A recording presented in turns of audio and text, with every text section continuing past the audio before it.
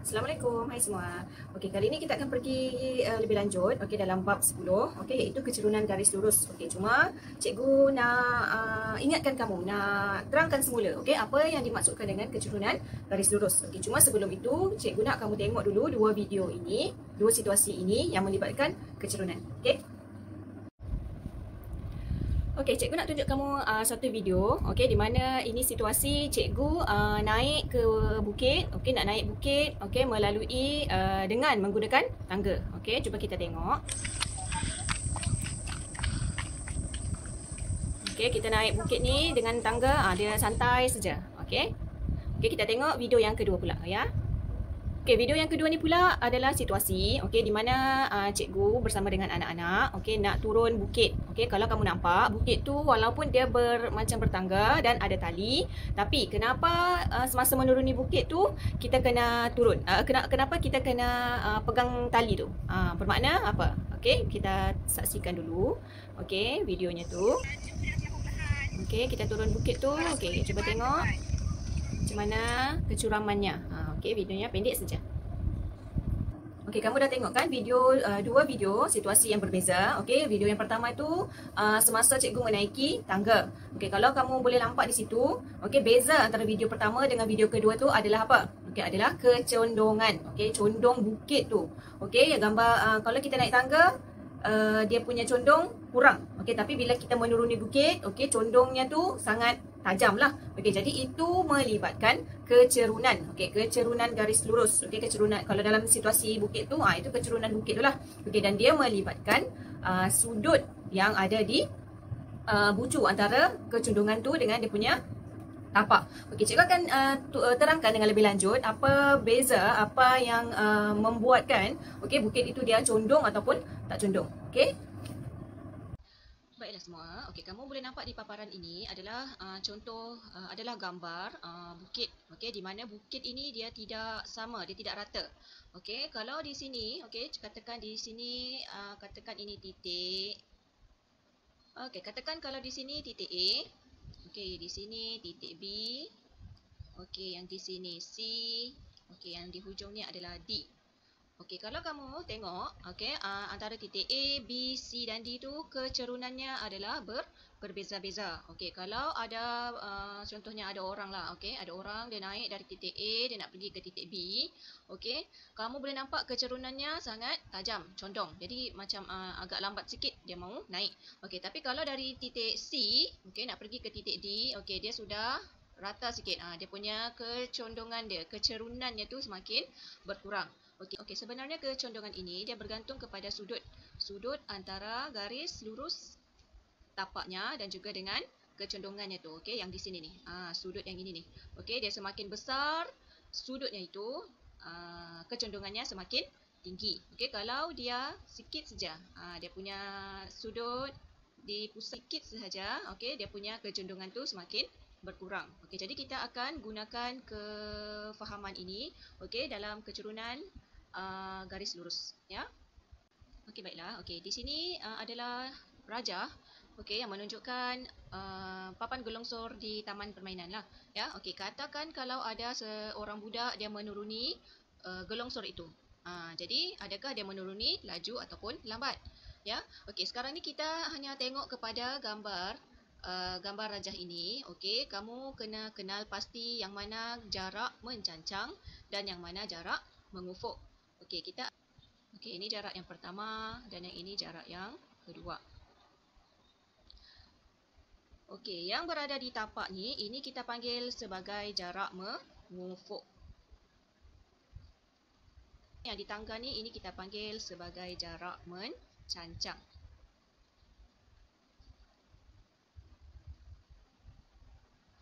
Dari dua-dua jarak ni baru kita boleh kenal pasti apa itu kecerunan. Kecerunan ni sudah pasti yang inilah. Jadi kecerunan ni adalah yang condong ni. Daripada contoh yang ini, katakan kalau jarak mencancangnya di sini 2 meter. Di sini 2 meter. Dan jarak mengufuk ini 3 meter.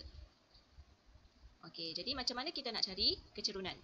Okey, daripada gambar rajah yang kita dapat ni, okey, daripada gambar rajah ini kita boleh tahu sudah, okey, kecerunan okey sama dengan jarak mencancang okey bahagi dengan jarak mengufuk. Okey, kalau kita dah belajar bab 8 bab 8 tentang koordinat, okey, jarak mencancang ni adalah paksi y ya. Ini adalah paksi y. Okey, bahagi dengan paksi x. Okey, nanti kita akan tengok contoh yang lebih mendalam macam mana kita nak mencari kecerunan garis lurus ya. Okey, cuba kita tengok contoh yang mudah ni. Okey, contohnya ini A, yang ini B. Okey, ini C. Okey, soalannya cari kecerunan bagi garis lurus AB. Okey. Kalau di sini kamu tengok AC ni, okey, jarak mencancang, okey, ada 1 2 3 4 5. Okey, di sini ada 5 unit. Okey, sebab ada 5 kotak. Okey, yang C dan B ni adalah jarak mengufuk. Okey, ada 1 2 3 4 5 6. Okey, ada 6 unit. Okey, jadi sekarang kita nak mencari kecerunan. Okey, kecerunan AB. Okey, sama dengan apa? Okey, kita tengok dulu jarak mencancang. Okey, ini jarak mencancang 5. Bermakna 5. Okey, per dengan jarak mengufuk 6. Okey, jadi kecerunan AB ialah 5/6. Begitu sahaja. Okey.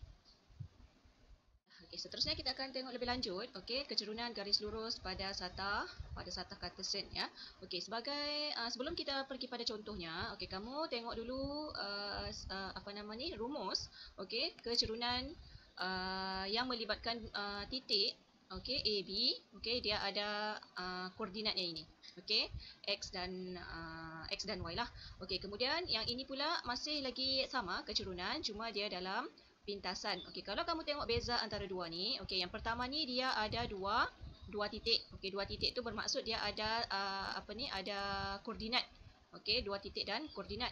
Okey, dan bermakna ada nilai x 1 dan y 1. Okey, x 2 dan y 2. Okey, ini kita boleh belajar lebih lanjut dalam bab 8 iaitu koordinat. Okey, untuk rajah yang kedua ini pula, okey, kalau kamu tengok kecerunannya berada di atas paksi. Okey, berada di paksi x, okey, dan juga berada di paksi y. Okey, bermakna kalau dia ada di paksi berada di paksi x, okey, inilah pintasan x ni, okey, nilai y-nya kosong. Okey, nilai y-nya kosong. Okey, bermakna dia hanya ada nilai x sahaja. Okey, kalau dia berada di atas paksi y, okey, kita panggil pintasan y. Okey, dia punya x sifar, okey, kosong. Okey, jadi yang ada hanya nilai y. Okey, jadi sebab itu dia punya kecerunan m sama dengan negatif. Okey, ada negatif. Kenapa dia ada negatif? Sebab dia condong ke sebelah kanan. Okey, jadi m sama dengan negatif y per dengan x. Okey, bermakna dia punya nilai lah. Okey, nilai pintasan. Okey, pintasan y dengan pintasan x. Okey, kita akan tengok lebih lanjut. Okey, contoh yang melibatkan koordinat ini. Okey. Okey, baiklah, kita tengok dulu contoh A. Okay. Dulu contoh yang A. Okey, cari kecerunan bagi koordinat A dan juga B. Okey, sekarang koordinat A dan B ni dia ada nilai sudah. Okey, dia ada dua nilai berbeza. Okey, jadi kita tulis dulu di sini x1, ini y1. Okey, jadi yang B ni ini x2, y2. Okey, kita menggunakan rumus kecerunan M yang ini. Okey, y2 tolak y1. Okey, bermakna MAB. Okey, MAB ni bermaksud kecerunan bagi garis AB ni. Okey, y2 7 tolak 1. Okey, per dengan 6 tolak 3. Okey, y2 tolak y1 iaitu 7 tolak 1. Kemudian x2 tolak x1, 6 tolak 3. Okey, kemudian kita kira di situ 7 tolak 1 sama dengan 6. 6 tolak 3 sama dengan 3. Jadi 6/3, 6 bahagi 3 sama dengan 2. Okey, oleh itu kecerunannya adalah 2. Okey, ini kalau dia beri koordinat bagi A dan juga B. Okey, kalau contoh yang kedua ni, okey, sebagai contoh kita guna kecerunan bagi pintasan. Ya, kita tengok dia punya contoh dulu. Okey, contoh yang ke B ni, okey, pintasan X. Okey, kita boleh nampak di sini pintasan X. Okey, ini pintasan Y. Okey, yang ini pula pintasan X. Okey, jadi untuk mencari kecerunan, okey, bagi garis ini, okey, M sama dengan, okey, pintasan Y. Okey, jangan lupa ada negatif. Okey, negatif yang ini. Okey, negatif pintasan Y ada 8. Okey, bahagi dengan pintasan X negatif 5. Okey, jadi bila negatif jumpa negatif yang ini dia akan jadi positif. Positif 8/5. Yang ini tak boleh dipermudahkan. Okey, biar sahaja dia jadi 8/5. Okey, begitu sahaja. Okey, sangat senang untuk difaham. Okey, macam tadi contoh tu cikgu bagi dalam bentuk rajah. Okey, macam mana kalau dia tak ada rajah? Okey, macam mana kamu nak tahu adakah dia guna rumus yang pertama kah atau rumus yang kedua? Okey, kita tengok contoh ini. Okey, cari kecerunan bagi G dan K. Okey, kalau kamu nampak, okey, nilai G ni dia negatif 3, kosong. Okey, dan K kosong, 9. Okey, cikgu suka kalau kita labelkan dulu. Ini X, yang ini Y, yang ini X, yang ini Y. Okey, kalau nilai G ni kamu nampak Y-nya adalah kosong. Okey, bermakna X-nya ini negatif 3. Okey, ini pintasan X. Okey, dan K pula X-nya kosong, yang ada nilai Y. Ini adalah pintasan Y. Okey, bermakna okey, kecerunan bagi G dan K ialah okey, M sama dengan negatif. Okey, negatif ni memang ada. Okey, paksi Y. Okey, pintasan Y 9 per dengan okey, negatif 3. Okey, ini untuk pintasan bagi X lah. Okey, jadi bila negatif jumpa negatif dia positif. Okey, 9/3. 9 bahagi 3 sama dengan 3. Okey, jadi bermakna jawapannya adalah 3. Okey, begitu sahaja. Okey, baiklah. Okey, kali ni cikgu nak tunjukkan cara untuk kamu nak ingat hubungan kecerunan garis lurus tu.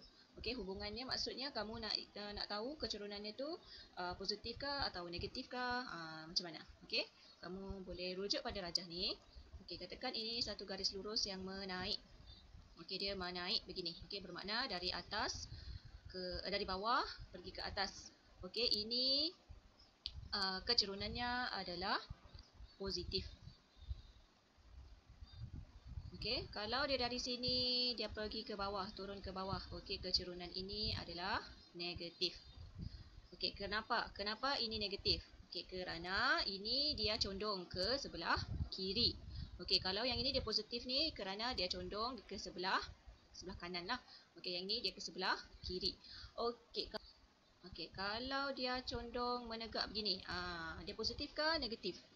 Kalau dia condong menegak begini, dia tak ada condong. Okey, dia berdiri tegak. Okey, dia punya kecerunan tidak tertakrif. Dia punya simbol begini, infinity. Okey, simbolnya adalah infinity. Bermakna dia tidak tertakrif. Okey, cikgu tulis ini tidak tertakrif. Okey, kita tak jumpa dia. Kita tak tahu dia tu positif ke negatif ke sebab dia sentiasa lurus. Jadi dia tidak tertakrif, ya. Okey, kalau dia punya condong hanya tegak saja, jarak mengufuk saja. Okey, ini kita boleh katakan kecerunannya adalah sifar. Kita buat begini. Kecerunannya adalah sifar. Okey, cikgu tulis maksudnya. Okey, jadi kamu boleh ikut gambar ni. Okey, kalau dia positif dia naik ke atas. Okey, maknanya dia condong ke kanan. Okey, kalau dia condong ke kiri, okey, ataupun dia menurun macam ni, okey, ini kecerunannya adalah negatif. Okey, kalau dia tegak maknanya dia tidak tertakrif. Okey, dan kalau dia mengufuk, garis lurus yang mengufuk, dia punya kecerunan adalah sifar. Okey, cikgu harap kamu boleh ingat jenis-jenis kecerunan ni.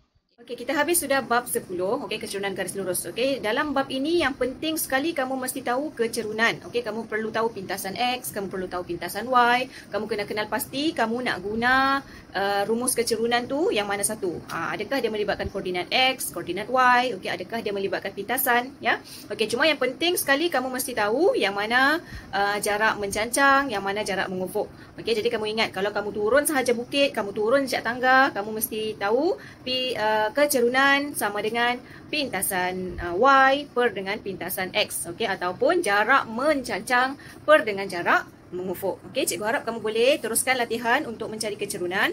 Okey, dan jika ada soalan jangan lupa tanya dengan cikgu, ya. Okey, terima kasih. Kita jumpa lagi dalam bab yang lain, okey.